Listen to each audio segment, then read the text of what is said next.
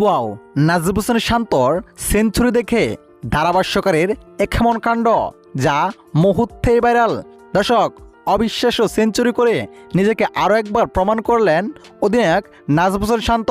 তিনি যে কতটুকু প্রয়োজন বাংলাদেশ দলের জন্য। দর্শক, অনেকে নাজিব হোসেন শান্তর নাম শুনলেই রীতিমতোই রেগে যায়। তার নাম শোনার সাথে সাথে তার নামে শুরু হয়ে যায় সমালোচনার ঝড়। তবে এই নামের পাশেই যেন একের পর এক রেকর্ড জমা হচ্ছে, যে রেকর্ডগুলা এখন পর্যন্তই বাংলাদেশের কোনো ক্রিকেটার করতে পারেন নাই। অধিনায়ক হিসেবে তিনি কতটুকু যোগ্য আরও একবার প্রমাণ করলেন তিনি।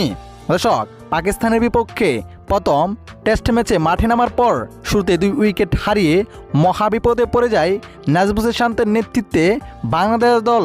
তবে এখান থেকে দলকে কিভাবে তুলতে হয় সেটা ভালোভাবেই জানেন অধিনায়ক নাজিব হোসেন শান্ত।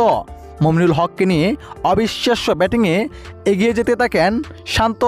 এক পর্যায়ে অবিশ্বাস্য সেঞ্চুরি করে ফেলেন নাজিব হোসেন শান্ত। সেঞ্চুরি করে যেন সকলের সমালোচনার কঠিন জবাব দিলেন। আর তার এমন সেঞ্চুরি দেখে রীতিমতোই অবাক হয়ে লাফিয়ে ওঠেন ধারাভাষ্যকাররা। অবিশ্বাস্য নাজিব হোসেন শান্ত, তাকে একের পর এক প্রশংসায় ভাসান ধারাভাষ্যকাররা।